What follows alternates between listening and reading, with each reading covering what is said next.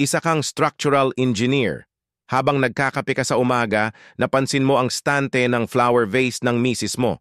Tahimik kang napaisip, stable ba to?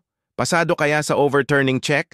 Bigla kang tinanong ng misis mo, Langga, safe ba yung vase stand na yan? At doon na nagsimula ang lahat. Agad mong binuksan ang laptop, minodel mo sa finite element software, nilagyan mo ng support conditions at in-analyze mo kung tatagilid ba talaga. Habang nagpi-post-process ka ng results, napansin ng misis mo, seryoso ka na namang nagdi-design.